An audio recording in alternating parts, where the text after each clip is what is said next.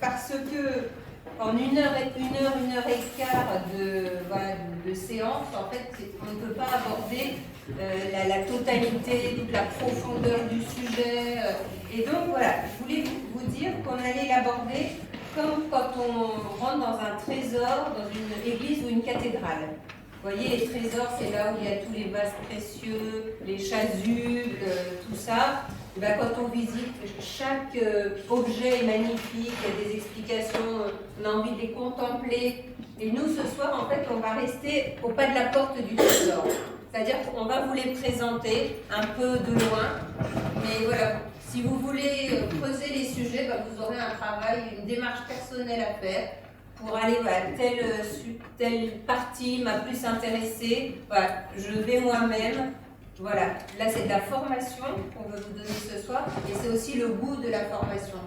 C'est pour vous-même aller vous instruire pour mieux connaître voilà, les mystères de Dieu et à la fin Dieu lui-même. Mieux le connaître, mieux l'approcher, mieux l'aimer. Alors pour introduire le thème de ce soir, je vais quand même refaire un petit retour en arrière sur le thème de la dernière fois parce que même s'ils sont indépendants, il y a un lien, il y a une cohérence entre chacun, voilà, il y a une logique d'ensemble. Lors de la première catéchèse, qui est maintenant disponible en ligne sur le site de la paroisse, si vous n'étiez pas là la dernière fois, nous avons parlé des hommes et du plan de Dieu sur l'humanité et sur chacun de nous. Nous avons vu que le plan de Dieu pour nous, c'est que nous soyons à son image. Et la plus grande ressemblance entre Dieu et nous, c'est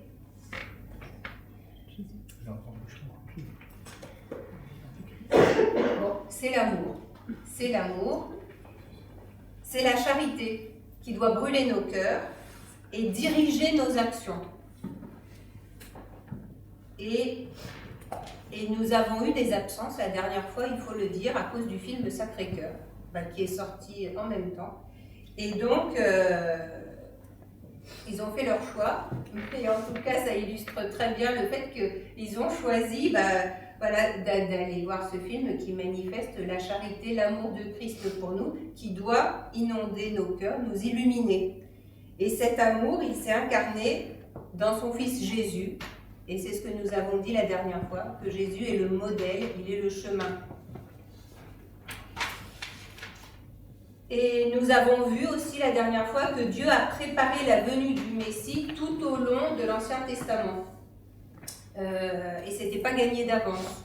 Il a fait des promesses, il y a eu des alliances, les hommes ont chuté, ils se sont relevés, ils ont rechuté, mais Dieu n'a jamais abandonné.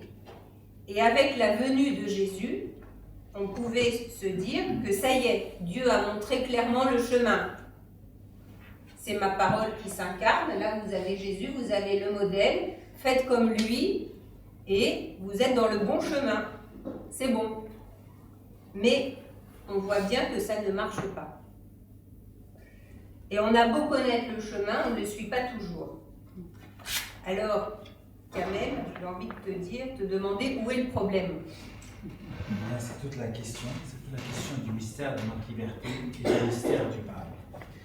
Alors, là, nous sommes confrontés tous les jours dans notre quotidien. Et il frappe de façon indistinctement les bons comme les mauvais, les justes comme les injustes, les innocents comme les coupables. Il engendre beaucoup de souffrance et d'injustice. Alors, on peut se demander, mais pourquoi Dieu permet-il le mal? D'ailleurs, s'il est le créateur de toutes choses, on peut se poser la question, est-il à l'origine du mal? Toutes ces questions nous perturbent, nous taraudent et peuvent nous éloigner de Dieu. Donc ce soir, on va tenter, en fait, non pas d'expliquer le mal, puisque le mal, on peut difficilement l'expliquer.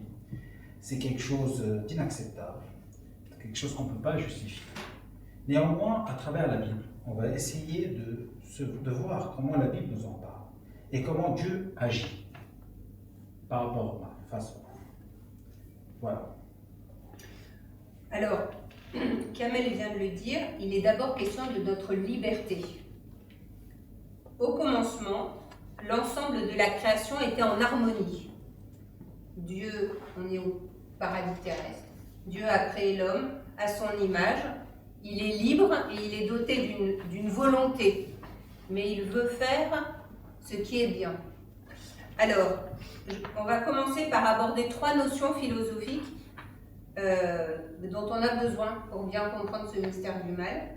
C'est la conscience, la volonté et la liberté. La conscience. La conscience, ça désigne, je vous laisse réfléchir, d'abord, petite définition. Pour vous, qu'est-ce que c'est la conscience? La conscience est un savoir partagé. Ça vient du latin cum, qui veut dire avec, et scire, savoir. C'est une connaissance qui accompagne celui qui pense et qui ne se réduit pas à une simple perception. Donc, j'ai conscience de faire quelque chose, j'ai une connaissance qui va accompagner ma réflexion. C'est ma conscience. La volonté, on dit que c'est le principe le plus haut de l'activité humaine, la volonté. Elle s'oppose à l'instinct. Chez l'homme, on dit que la volonté est le père de ses actes. On peut la définir comme la faculté de poursuivre le bien connu par la raison. Je sais ce qui est bien de faire, et avec ma volonté, je vais poursuivre ce bien. Il y a 3 phases dans l'acte volontaire. La délibération, c'est un moment d'indécision et d'hésitation pendant lequel l'esprit examine les différents aspects du problème à résoudre. Donc je délibère. Ensuite, la décision, elle clôt la délibération et pose un choix aux différentes alternatives envisagées pendant la délibération. Et enfin, l'exécution. Elle consiste à réaliser le choix de la décision. Je pose un acte de ma pleine volonté, j'ai réfléchi à cet acte, j'ai décidé ce qui était bien de faire et je l'exécute. Je vais jusqu'au bout. Et la liberté, enfin, c'est la liberté psychologique. C'est ce qu'on appelle le libre arbitre. Quand on dit j'exerce ma liberté, c'est j'exerce mon libre arbitre. C'est un attribut de la volonté. Le libre arbitre, il peut être, donc je vous donne une définition, je la lis lentement. Il peut être défini comme le pouvoir que possède la volonté de se déterminer elle-même et d'elle-même agir ou ne pas agir. Donc j'exerce ma liberté, c'est ma volonté qui se détermine qu'est-ce que je veux faire en fait. Et je ne suis pas contraint par une force extérieure, intérieure, je ne suis pas contraint. Voilà. La liberté, c'est d'exercer sa volonté. Est-ce que c'est clair? Parce qu'il faut poser les bases au début. Avant le péché originel, comment ça se passait? La conscience de l'homme était éclairée par la lumière de Dieu. La conscience, on a dit, connaissance qui nous accompagne. Donc là, on avait la connaissance, on avait la lumière de Dieu qui nous éclairait. L'homme savait ce qui était bon, ce qui était le mieux pour lui. Il exerçait sa volonté avec droiture. Il pouvait choisir entre plusieurs choix et exercer sa liberté, mais tout cela était orienté vers le bien. Il était libre. Mais il choisissait toujours ce qui était mieux et ce qui était conforme à la volonté de Dieu. Après la chute originelle, la conscience n'est plus éclairée par la lumière de Dieu. Elle n'a plus été capable de juger correctement. L'homme voulait toujours poursuivre le bien, parce qu'au fond du cœur de chaque homme, il y a la recherche du bien. Tout le monde veut le bonheur. Mais ce bien était recherché pour l'homme lui-même et non plus pour Dieu. L'homme, il ne cherchait plus à faire la volonté de Dieu, il cherchait à faire ce qui lui semblait bien pour lui. Et le bien qui s'offre à nous, il est multiple et il comporte de nombreux degrés. Et ils sont de valeur inégale. Et nous devons choisir. Choisir, c'est être libre. Et donc, finalement, choisir. Être libre, ce n'est pas choisir entre le bien et le mal. Parce que l'homme, il n'est pas attiré par ce qui lui fait du mal. C'est choisir entre différentes possibilités qui représentent des biens pour nous. Mais en fait, certaines réalités nous font du mal. L'homme va toujours chercher ce qui est bien pour lui. Voilà. On ne choisit pas entre le bien ou le mal, on choisit toujours entre plusieurs choses qui semblent qu'ils vont nous apporter du bien. Mais avec le péché originel, l'homme s'est détourné de Dieu et il n'est plus éclairé. Et il n'arrive plus, voilà, tout ce qu'on a vu sur la volonté, voilà, le délibérer, décider, ben, il n'arrive plus à choisir ce qui est bien pour lui. Et donc il se détourne de la lumière de Dieu qui éclairait sa conscience, qui lui faisait vouloir le meilleur bien et lui donnait la force de l'accomplir. Et c'est ainsi que saint Paul écrit dans sa lettre aux Romains. Alors, il dit, en effet, ce qui est à ma portée, c'est de vouloir le bien, mais pas de l'accomplir. Je ne fais pas le bien que je voudrais, mais je commets le mal que je ne voudrais pas.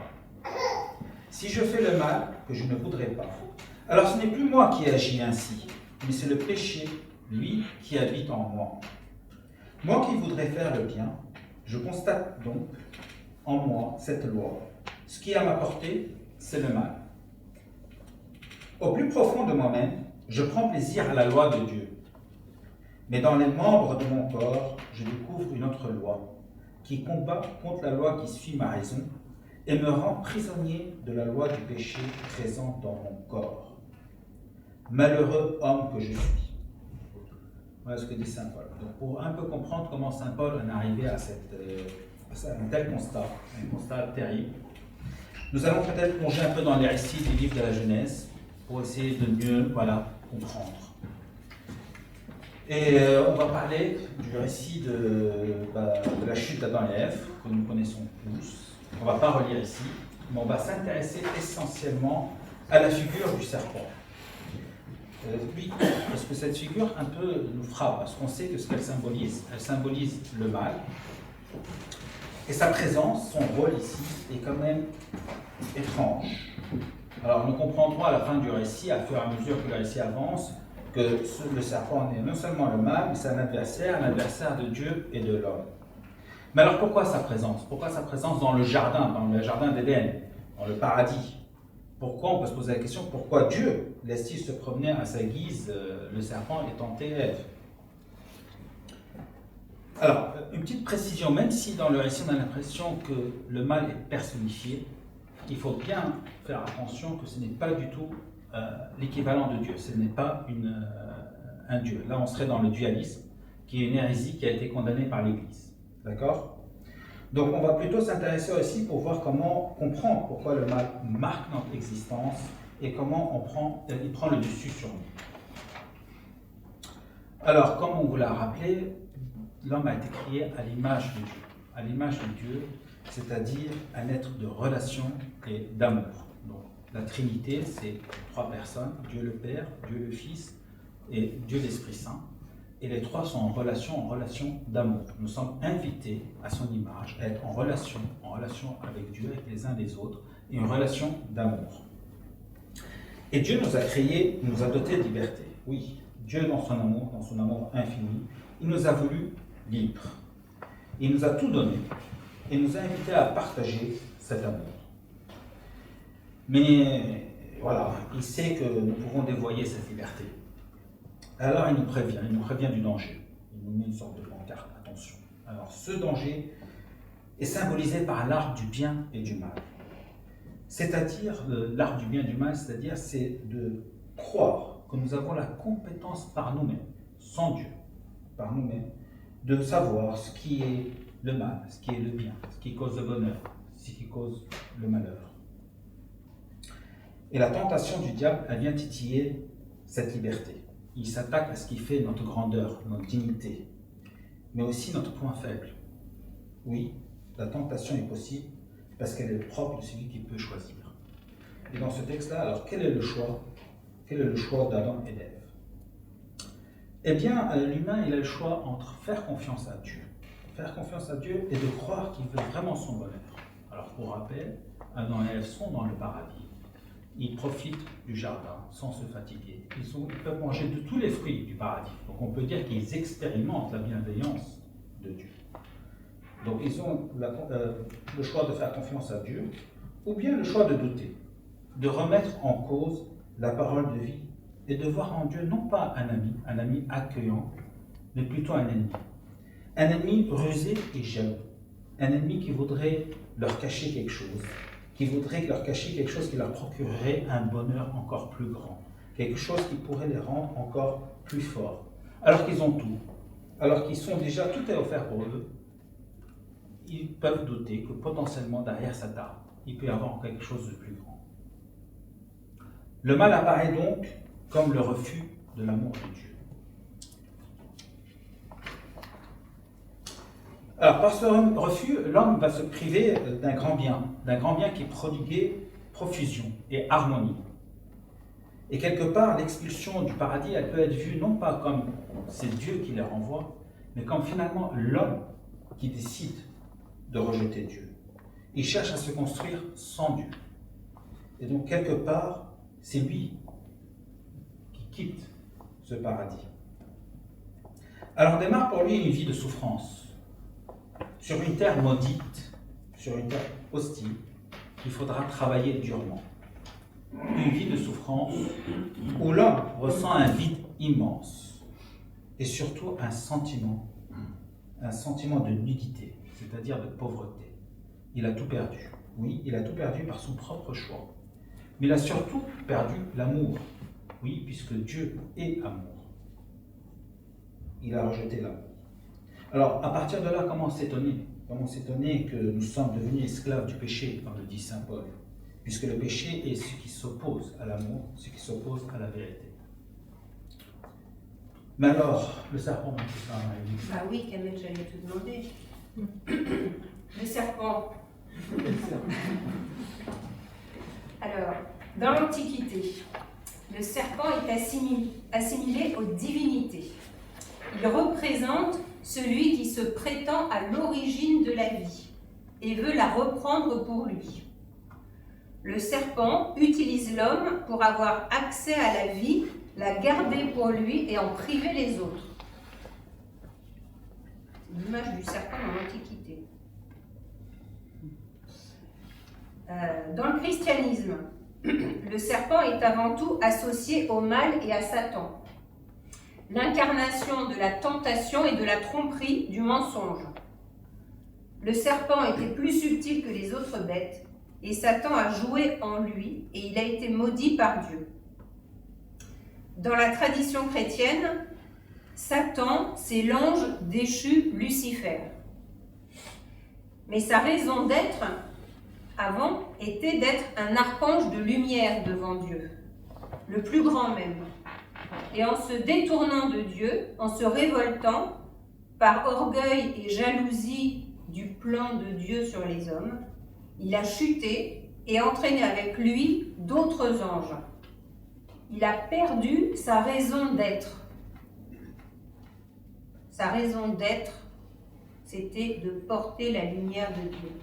En se détournant de Dieu, il a perdu sa raison d'être. Et il veut priver les hommes de leur raison d'être aussi, qui est de vivre de la vie et de l'amour de Dieu, qui est de vivre de la vie de Dieu. Alors, on ne va pas s'étendre davantage, car le diable aime qu'on parle de lui, et on ne va pas lui donner ce plaisir. Mais juste 2 points. Ceux qui font la randonnée biblique ont lu jeudi dernier, dans le chapitre 4 de Saint Matthieu. Le diable vient tenter Jésus au désert.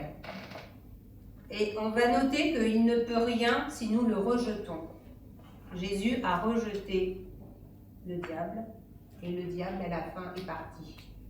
Ceux qui se préparent au baptême, si on a des catéchumènes parmi nous, ou des néophytes, qui ont été baptisés il n'y a pas longtemps, il y a un rite de renonciation au moment du baptême. Alors, il y a plusieurs formules, mais il y a une des formules qui dit « Renoncez-vous à Satan ». Renoncez-vous à toutes ses œuvres. Renoncez-vous à ses séductions. Et donc, je vous l'affirme, si nous renonçons à Satan, il ne peut rien sur nous. Il est là à la porte, il tente, mais voilà, si on le rejette, il dit je renonce à Satan, il ne peut rien sur nous. Merci Marie-Louise. Alors on va poursuivre un peu notre réflexion à travers la Bible. On a vu que Dieu a chassé Adam et Ève du paradis terrestre. Donc la conséquence de leur péché, c'est que le plan de Dieu, le projet de Dieu pour nous les hommes, au lieu que celui qui se déroule dans l'harmonie, eh bien il va arriver mais avec la peine, dans la peine. Et le peuple élu, lui, il expérimente cette peine. D'ailleurs, dans l'Ancien Testament, eh bien, le peuple juif voyait dans la souffrance surtout un châtiment de Dieu. Pour eux, ils expliquaient cela et justifiaient le mal, tout simplement du fait même qu'ils ont péché. L'homme a péché, donc il est puni. À l'inverse, l'homme qui suit la loi, lui, il sera comblé. Il sera comblé dans cette vie. Pour eux, à l'époque, la résurrection n'existait pas, et donc c'était dans la vie actuelle. Soit ils étaient récompensés pour les bonnes choses qu'ils faisaient, soit ils étaient punis par rapport au péché qu'ils ont commis. Et d'ailleurs, on a un texte du Deutéronome, le chapitre 30, qui souligne bien ce lien entre bonheur, malheur et obéissance à la loi. Vous nous en faire part? Oui, je vous le lis. Ce que je te commande aujourd'hui, c'est d'aimer le Seigneur ton Dieu, de marcher dans ses chemins, de garder ses commandements, ses décrets et ses ordonnances. Alors tu vivras et te multiplieras. Le Seigneur ton Dieu te bénira dans le pays dont tu vas prendre possession. Mais si tu détournes ton cœur, si tu n'obéis pas, si tu te laisses entraîner à te prosterner devant d'autres dieux et à les servir, je vous le déclare aujourd'hui, certainement vous périrez. Vous ne vivrez pas de longs jours sur la terre dont vous allez prendre possession quand vous aurez passé le Jourdain. Je prends aujourd'hui à témoin contre vous le ciel et la terre. Je mets devant toi la vie ou la mort, la bénédiction ou la malédiction. Choisis donc la vie pour que vous viviez, toi et ta descendance, en aimant le Seigneur ton Dieu, en écoutant sa voix, en vous attachant à lui. Bref, vous avez compris, il suffit de suivre la loi, de suivre les préceptes de Dieu, pour que dans cette vie terrestre, eh bien, vous puissiez bénéficier de la joie, du bonheur. Et bien sûr, si vous péchez, ça va être le malheur. Bon, on s'en doute, c'est pas tout à fait ça.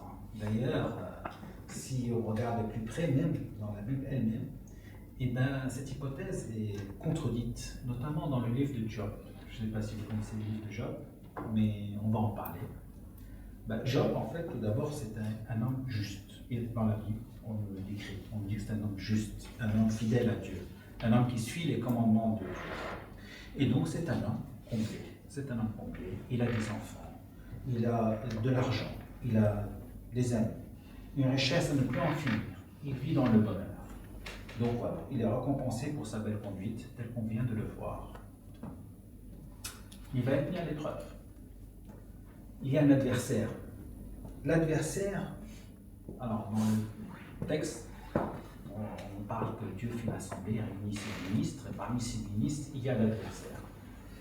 Et l'adversaire, lui, il sous-entend que cette fidélité à Dieu, eh ben, c'est tout simplement parce que Job bénéficie tous les bienfaits de Dieu. Donc forcément, il est fidèle à Dieu. Et donc il propose en disant, si jamais il y a le malheur qui s'abat sur Job, qu'est-ce qui va se passer? Serait-il encore fidèle? Il pose la question sera-t-il aussi fidèle et confiant? Et donc voilà. Donc tout le long de ce livre, on va avoir l'histoire de Job qui va se dérouler avec plein de malheurs, il va tout perdre. Il va rester quand même confiant en Dieu, mais on va voir qu'il va se révolter. Et surtout ce livre, c'est avant tout une critique de la loi de rétribution. La loi de rétribution, c'est-à-dire le principe du donnant-donnant. Ce qu'on vient de lire avant, ce qu'on vient de dire avant, c'est-à-dire il suffit de bien faire pour être heureux, et que toute souffrance, elle est méritée. Donc c'est une critique de cette loi de l'attribution. Et le livre, il met surtout en exergue le scandale du mal. Parce que le mal est un scandale. L'innocent, lui, il souffre tout le long de cette vie. Et le coupable, lui, il peut jouir. Dans l'histoire, on voit bien qu'il y a des justes qui souffrent et des coupables qui profitent pleinement de cette vie. Incompréhension totale. En tout cas, pour Job, il ne comprend pas. Et Job, il crie son innocence. Il crie son innocence vers Dieu, et ses cris s'évaporent sans aucun écho. Scandale de la souffrance, parce qu'il souffre énormément, il a tout perdu, sa famille, il a perdu ses richesses, mais surtout il est malade, il souffre énormément. Donc la souffrance, il souffre, le scandale de la souffrance, mais aussi le scandale du silence de Dieu. Dieu qui ne répond pas.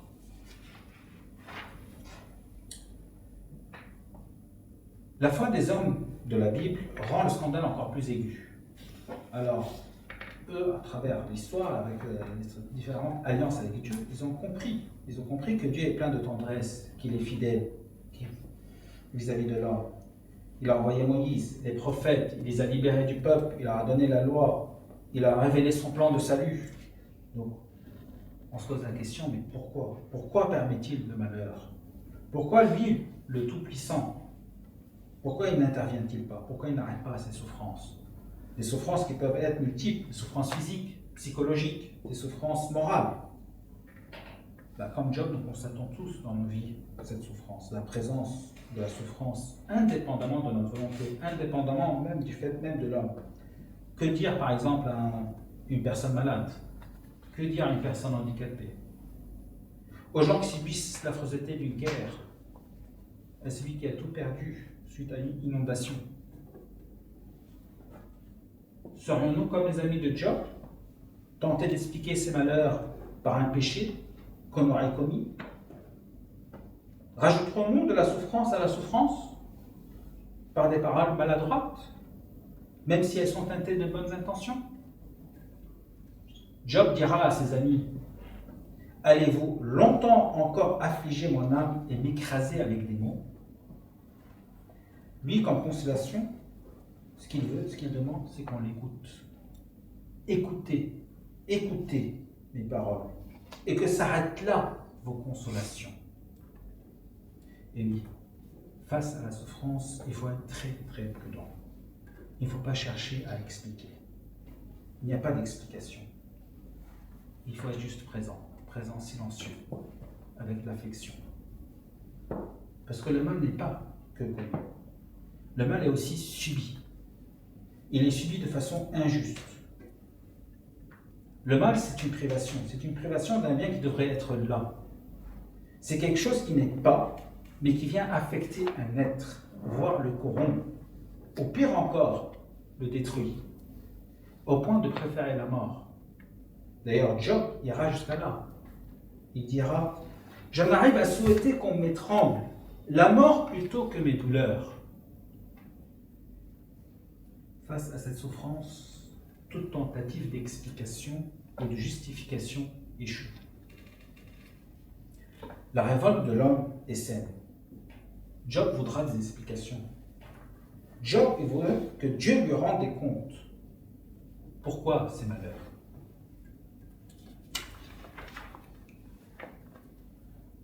Je vous rappelle, pour Job, Dieu est à l'origine de tout. C'est l'unique créateur. C'est lui qui dispense tout, le bonheur comme le malheur. Il dit: « Nu, je suis sorti du ventre de ma mère.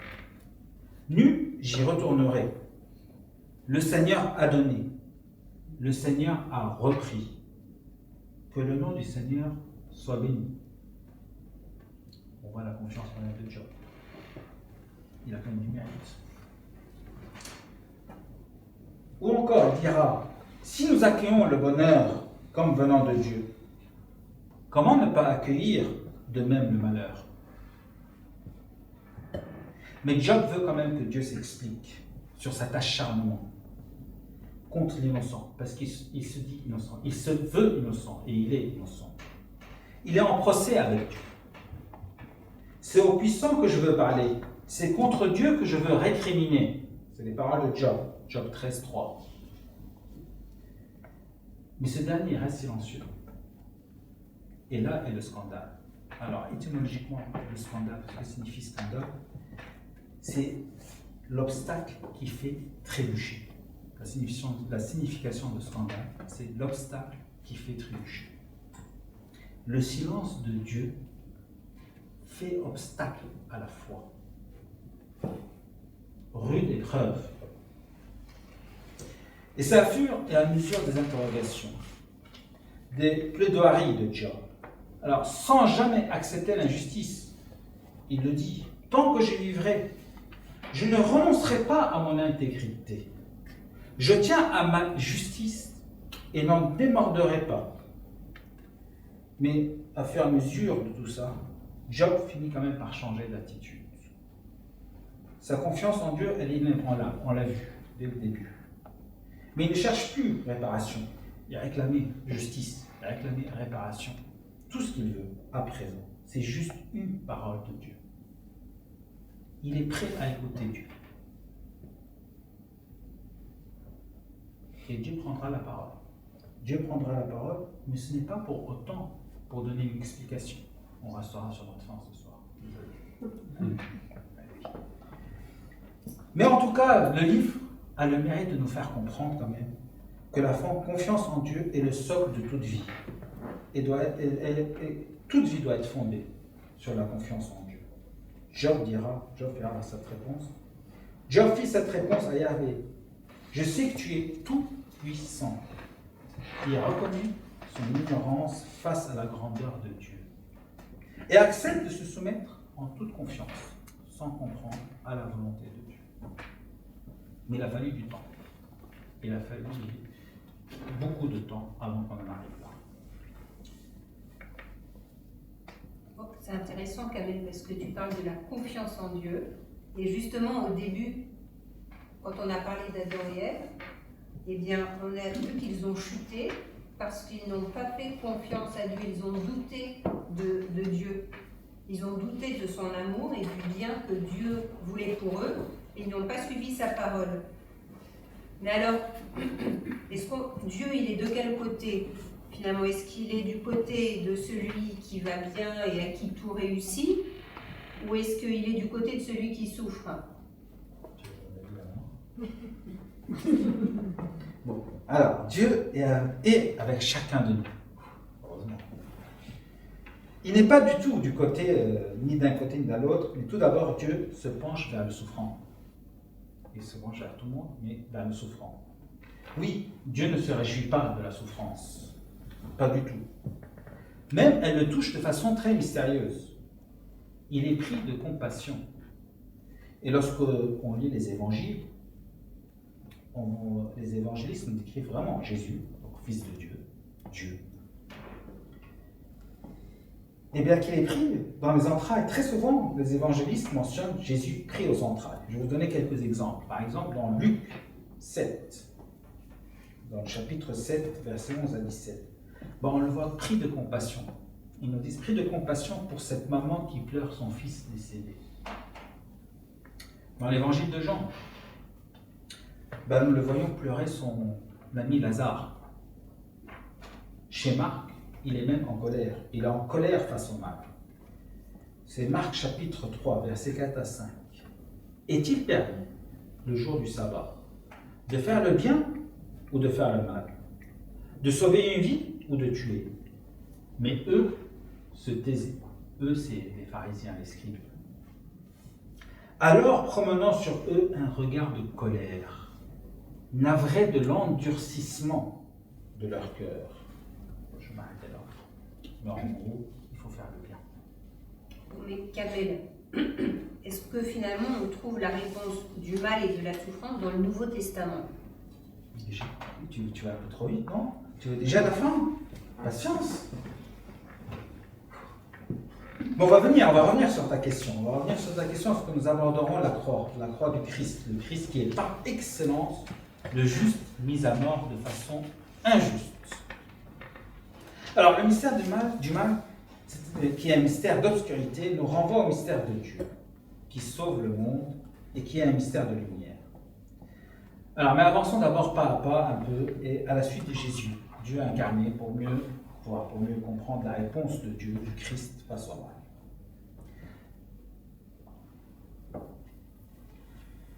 Alors, le Christ nous révèle l'amour infini du Père et sa compassion pour les hommes. Jésus est pour nous le chemin, la vérité et la vie. Tout d'abord dans l'Évangile, c'est pour ça qu'on le suit, c'est pour ça que c'est intéressant de l'observer. Tout d'abord dans l'Évangile de Jean au chapitre 9, Jésus répond à ses disciples qui se posaient la question sur le pourquoi des maladies. On va voir une petite réponse. En passant, Jésus vit un homme aveugle de naissance. Ses disciples l'interrogèrent. « Rabbi, qui a péché, lui ou ses parents, pour qu'il soit né aveugle ?» Jésus répondit, « Ni lui, ni ses parents n'ont péché, mais c'était pour que les œuvres de Dieu se manifestent en lui. Il nous faut travailler aux œuvres de celui qui m'a envoyé tant qu'il fait jour. La nuit vient où personne ne pourra plus y travailler. Aussi longtemps que je suis dans le monde, je suis la lumière du monde. » On constate déjà les disciples toujours dans cette idée de rétribution, malgré les différents textes de la Bible, on est toujours dans le donnant, qui a fauté, pourquoi il y a le malheur. Et bon, heureusement, Jésus l'a confirmé, il dit tout de suite que la relation à Dieu n'est pas du tout du type rétributif, c'est pas donnant, on n'est pas à ce stade-là. Et il ne veut pas le malheur, de l'homme. Au contraire, tel qu'on l'a vu dans le texte, il cherche vraiment à se solidariser avec l'homme, à lui donner la vie en plénitude. Puisque Jésus guérira, on n'a pas lu tout le texte, mais Jésus va guérir l'aveugle. Il va le guérir de sa cécité physique, mais aussi spirituelle. Il va le mener vers la vérité et la vie. Alors ce qu'il y a ici d'intéressant dans ce texte, on n'a pas une réponse claire, mais ce qui est intéressant, c'est que Jésus, sans donner d'explication, ce qu'il fait, c'est qu'il nous détourne du mal. Il détourne le regard du mal. Il déplace notre regard de l'origine du mal à sa fin, c'est-à-dire en affirmant à ses disciples que c'est pour la manifestation des œuvres de Dieu. Il situe le problème à un autre niveau. Non pas en regardant le péché, le mal, mais en voyant là finalement une occasion de rencontre de l'homme avec Dieu. Chez Luc, au chapitre 13, nous avons aussi une histoire très intéressante. C'est le massacre des Galiléens et des victimes de la tour de Siloé, où là aussi, Jésus va réfuter l'idée de sanction et va profiter encore une fois de la situation pour nous orienter vers Dieu. Je vous lis le passage. Jésus leur répondit, « Pensez-vous que ces Galiléens étaient de plus grands pécheurs que tous les autres Galiléens pour avoir subi un tel sort? Eh bien, je vous le dis, pas du tout. Mais si vous ne vous convertissez pas, vous périrez tous de même. » Et ces 18 personnes tuées par la chute de la tour de Siloé, pensez-vous qu'elles étaient plus coupables que tous les autres habitants de Jérusalem? Eh bien, je vous dis, pas du tout. Mais si vous ne vous convertissez pas, vous périrez tous de même. Donc voilà, vous allez encore le constater, le Christ déplace notre regard, il déplace notre attention de pourquoi le mal vers la bonté de Dieu. Le mal peut être pour l'homme une occasion de conversion. Jésus veut orienter tout le temps vers Dieu. Mais Jésus aussi va nous parler de la patience de Dieu, qui peut nous aider à comprendre pourquoi Dieu n'intervient pas systématiquement pour éradiquer le mal. Et on va voir ça avec la parabole du bon grain et de l'ivraie. où on va faire aussi, comme dans cette parabole, nous on fait le constat, le même constat que dans notre vie, et bien le bien est toujours étouffé par le mal. Je vous lis le passage, Matthieu chapitre 13, versets 24 à 30. Il leur proposa une autre parabole. Le royaume des cieux est comparable à un homme qui a semé du bon grain dans son champ. Or, pendant que les gens dormaient, son ennemi survint. Il sema de l'ivraie au milieu du blé et s'en alla. Quand la tige poussa et produisit l'épi, alors l'ivraie apparut aussi. Les serviteurs du maître vinrent lui dire « Seigneur, n'est-ce pas du bon grain que tu as semé dans ton champ? D'où vient donc qu'il y a de l'ivraie » Il leur dit « C'est un ennemi qui a fait cela. » Les serviteurs lui disent « Veux-tu donc que nous allions l'enlever » Il répond « Non. En enlevant l'ivraie, vous risquez d'arracher le blé en même temps. Laissez-les pousser ensemble jusqu'à la moisson. Et au temps de la moisson, je dirai au moissonneur, enlevez d'abord l'ivraie, liez-le en botte pour le brûler. Quant au blé, ramassez-le pour le rentrer dans mon grenier. » Merci Marie-Lise. Donc là, le mal, c'est l'ivraie, d'accord? Et on voit bien qu'il apparaît clairement comme quelque chose de dépendant du bien. On l'a dit tout à l'heure précédemment que le mal vient pour rompre le bien. Ici, c'est le bon grain. Donc le mal n'a aucun sens en dehors du bien. Il est toujours en rapport par rapport à un bien. Alors, la parabole nous parle d'un ennemi, mais on ne sait pas grand-chose de cet ennemi-là. Tout ce qu'on sait, c'est qu'il a fait de façon intentionnelle. C'était voulu. On peut supposer que c'est le mal. Et on constate que le mal, l'ivraie, apparaît en même temps, finalement, que la tige du bon grain. C'est dès que la tige apparaît, le mal apparaît. Et ça, dans notre existence, nous le constatons aussi. Nous le constatons, le mal et la souffrance va au milieu de nos existences. Même lorsqu'on parfois on fait des choses bien, même lorsque tout va bien, et soudainement, il y a la souffrance et le mal qui apparaît. Et à l'image des serviteurs, nous demandons, voire nous supplions Dieu d'arracher tout de suite le mal, de l'éradiquer à la racine de notre vie. Mais le maître voit tout de suite le danger d'une telle action. Il perdrait toute la récolte. Le bien sera détruit en même temps que le mal. Et c'est ce que veut l'ennemi. C'est bien ce qu'il recherche, c'est la destruction du bien. Donc, heureusement qu'il va faire preuve de patience. Le grain qu'il a semé, et bien lui, il est comme, nous dit le prophète Isaïe au chapitre 55. Écoutez l'espérance. La pluie et la neige qui descendent des cieux n'y retournent pas sans avoir abreuvé la terre, sans l'avoir fécondée et l'avoir fait germer, donnant la semence au semeur et le pain à celui qui doit manger.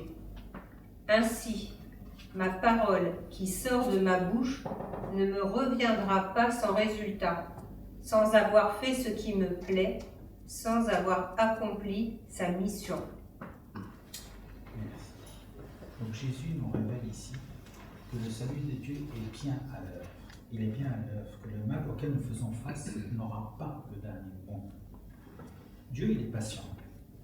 Il ne s'attaque pas au mal à la façon humaine, à notre façon, telle que nous on aimerait. Non. Son action à lui, elle est discrète, indicible. Elle est humble, elle est respectueuse de l'homme, respectueuse de la dignité de l'homme. Mais le mal est surmonté, le mal est vaincu, il sera vaincu. Cette parabole nous rappelle aussi que nous ne devons pas nous placer juge à la place de Dieu. Comme dans le jardin d'Éden, je vous rappelle, il nous est demandé de ne pas tomber dans le même péché que Adam et Ève, c'est-à-dire de croire que nous avons la compétence de juger par nous-mêmes ce qui est cause de bonheur, ce qui est cause de malheur, ce qui est bon, ce qui est mal, d'arracher nous-mêmes le mal, de vouloir nous-mêmes éradiquer le mal parce que nous pensons savoir. il nous est demandé comme job de faire confiance. De faire confiance jusqu'au bout. À Dieu, bien sûr. Jésus, tout le long de sa vie, il a combattu quand même le mal. Il a prêché d'abord la vérité, là où régnait de mensonges, en fustigeant nos comportements hypocrites qui rejettent l'autre, qui rejettent l'accueil, l'amour. Il a dénoncé nos perversions, cette capacité que nous avons à manipuler la loi pour servir nos intérêts. Jésus a combattu le mal en aimant, en pardonnant, en allant à l'encontre de l'autre, en lui prêtant attention. En lui prêtant attention pour lui-même, rien que pour lui-même. Et nous, nous sommes invités à faire de même. Nous sommes invités à nous retrousser les manches et à combattre le mal. Partout où nous pouvons. Je vous rappelle que Dieu agit. Il agit à travers nous. Jésus a annoncé aussi que le royaume de Dieu, qui est un royaume de bonheur et de joie, il est proche. Que l'amour triomphe du mal. Et d'ailleurs, toutes les guérisons sont des signes de ce royaume que Dieu est à l'œuvre. Ils sont une préfiguration de la manifestation de la gloire de Dieu. Sauf que toutes ces activités ne vont pas sans heurte, même pour Jésus, puisqu'il va rencontrer beaucoup de résistance. Il va même attirer sur lui la méfiance et la haine. La haine qui peut jusqu'à tuer.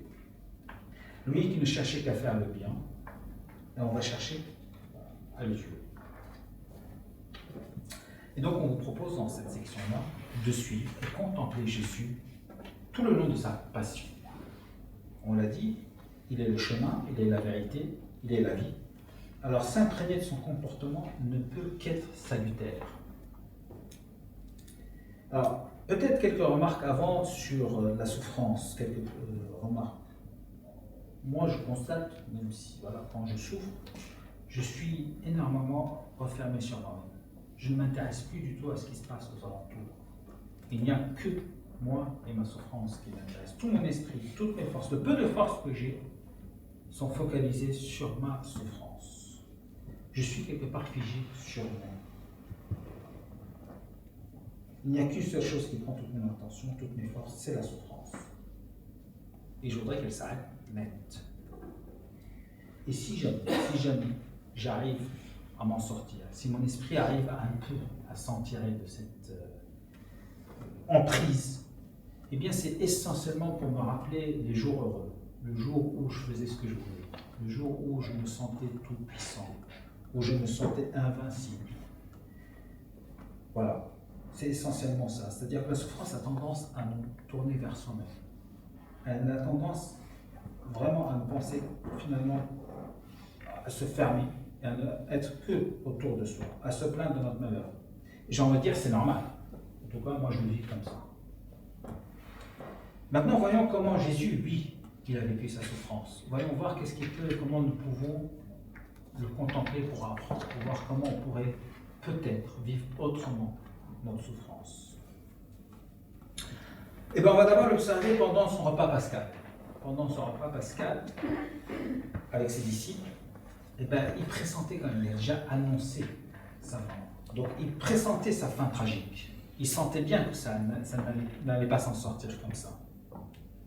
Et pourtant, pendant son repas, son souci, ce n'est pas lui. Ce n'est pas essayer d'y échapper. Son souci premier, c'est de veiller sur ses disciples. De veiller sur ses disciples d'abord en priant le Père, de les garder du mal. Alors, dans Jean 17, je ne prie pas pour que tu les retires du monde, mais pour que tu les gardes du mauvais. Deuxièmement, en les édifiant par ces derniers commandements. Aimez-vous les uns les autres comme je vous ai aimé. Et enfin, en prévenant Pierre de son reniement. Simon, voici que Satan vous a réclamé pour vous passer au crible comme le blé. Mais j'ai prié pour toi, afin que ta foi ne défaille pas. Toi donc, quand tu seras revenu, affermis tes frères. Alors oui, son souci, ce n'est pas son sort à lui, il ne se préoccupe pas de lui, il se préoccupe des autres. Il se préoccupe de ses disciples. Une autre scène. On va aller dans le jardin de Gethsémani. Vous vous rappelez cette scène où il est pris d'angoisse? Le texte nous dit qu'il y a des sueurs de sang qui coulent de son front. Donc on imagine quand même l'angoisse, on imagine la peur, la solitude. Et pourtant, il se tourne vers le Père. Il se tourne vers le Père pour accomplir la volonté du Père. Et qu'est-ce que c'est que la volonté du Père? Eh bien, c'est le salut pour nous, les hommes. Père, si tu le veux, éloigne de moi ce trouble. Cependant, que soit fait non pas ma volonté, mais la tienne. C'est Luc 22. Donc il accepte jusqu'au bout. Il accepte jusqu'au bout, par amour du Père et par amour des hommes, de subir cette souffrance, de la vivre. Psychologiquement, il la vit déjà, par cette angoisse qui le remplit. Allons voir maintenant du côté du chemin de Golgotha. Là encore, on peut constater comment il s'occupe des autres. Tout d'abord, il se soucie encore des femmes qui viennent à son rencontre, des femmes qui pleurent, qui le pleurent. Nous sommes dans Luc 23, 28. Et il a quand même des mots pour elles. Filles de Jérusalem, ne pleurez pas sur moi. Pleurez plutôt sur vous-même et sur vos enfants. On peut voir aussi comment il se soucie alors qu'il est sur la croix. Il a l'épi, les bras tendus, il n'arrive pas à respirer. Le dos flagellé, il ne peut même pas s'appuyer sur le dos. Une souffrance totale. Et là, il trouve encore le moyen d'ouvrir des chemins de vie, des chemins d'avenir. À qui? Eh bien, tout d'abord à sa mère, qui est là, à côté, qui voit son fils en train de souffrir, de mourir. C'est la mort pour elle, c'est une mort pour une mère de voir son fils mourir. Eh bien, à elle, à sa mère et à son disciple. Jésus, voyant sa mère, et près d'elle le disciple qu'il aimait, dit à sa mère, « Femme, voici ton fils. » Puis il dit au disciple, « Voici ta mère. » Un chemin d'avenir, un chemin de vie. La mère ne perd pas son fils. On peut voir son comportement vis-à-vis de ceux qui sont en train de le crucifier, de se moquer de lui. Je m'imagine à sa place, je voudrais les maudire, je voudrais qu'ils aillent en enfer. Et pourtant, Jésus dit, Père, pardonne-leur. Ils ne savent pas ce qu'ils font. Enfin, il y a le bon larron. Le bon larron à qui il offre quand même le paradis. Si ça, c'est pas l'avenir. Jésus lui déclara, Amen, je te dis, aujourd'hui avec moi, tu seras dans le paradis. Nous avons deux personnes qui souffrent, deux personnes qui sont au bout du chemin. Il y en a déjà un qui a le courage de demander, peut-être pour soi, mais il s'adresse quand même à l'autre. Il a aussi une pensée à l'autre, le bon larron. Et voilà, Dieu lui offre un avenir, la vie, pas n'importe quel avenir. Oui, Jésus, il a vécu toute sa vie, et cela, on l'a vu jusqu'au bout, même dans la souffrance. Toute une vie donnée, toute une vie comme une offrande pour notre salut. En lui, rien qui soit centré sur lui, rien qui le préoccupe de lui-même. Il est donc complet. Enfin, je tiens à vous faire remarquer aussi que Jésus, contrairement à Job, il fait confiance de A à Z à Dieu. Si on reprend dans le jardin de Gethsémani, il accepte la coupe du Père. Et au moment de la croix, juste avant de mourir, il dit, Père, entre tes mains, je remets mon esprit. Le Christ ne doute jamais, il ne doute pas. À aucun moment il n'a douté de Dieu et de son œuvre. Il est allé jusqu'au bout. Vous allez me dire, voilà, il meurt. Et oui, sur la croix, il meurt. Aux yeux du monde et de ses propres disciples. C'est un gâchis. Tout cela pour terminer au tombeau. Le mal aurait-il encore vaincu? Merci. À Pâques, nous chantons. Derrière Saint Paul, nous chantons tous. Ô mort, où est ta victoire? Oui, Dieu est toujours à l'œuvre. Il n'abandonne pas son serviteur. Il ne l'abandonne pas dans la fosse. Le Christ est ressuscité. Il est vivant. Il est vraiment ressuscité. C'est important. C'est important, nous, chrétiens, d'avoir conscience de cela. C'est la clé de notre espérance. Jésus est vainqueur de la mort. Et c'est la grande espérance de chaque chrétien. Si on ne croit pas dans la résurrection, saint Paul dit « Votre foi est vaine ». Le mal n'est pas un adversaire qui se place face à Dieu, mais qui est permis par Dieu et que Dieu a vaincu. Dans la Genèse, la fin était déjà annoncée. Elle est annoncée ce que Dieu dit au serpent. Je mettrai inimité entre toi et ta femme, en ta postérité et sa postérité. Celle-ci t'écrasera la tête et tu lui blesseras le talon. Merci. Voilà. Je résume. Alors, Jésus est vainqueur du mal.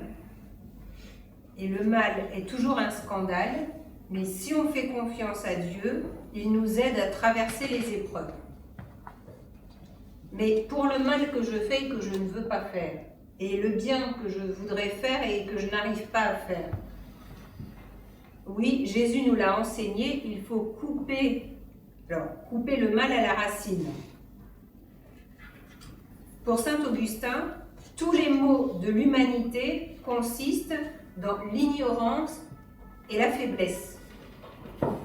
Où on ne sait pas ce qu'on fait et l'erreur fait pécher, où on sait ce qu'on doit faire et on est vaincu par la faiblesse.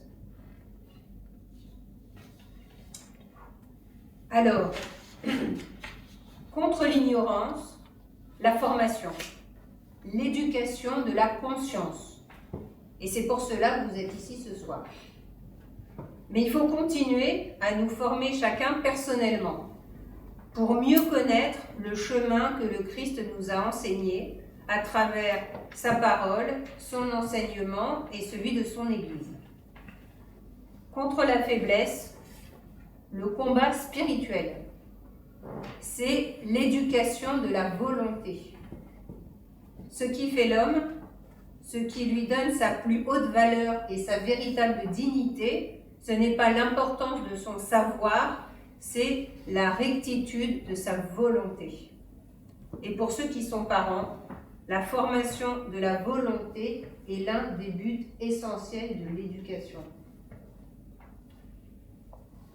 Et le pape Léon a publié récemment un beau texte sur les réseaux sociaux dans lequel il nous donne une piste sans mâcher ses mots. Ce sont des paroles de vérité. Alors, le titre du texte, parce que j'ai vu, il publie tous les jours sur Facebook, quand même. Il a du temps, il est peut-être aidé, mais en tout cas, il y a des paroles. Alors, les chutes répétées malgré la prière ne sont jamais un hasard.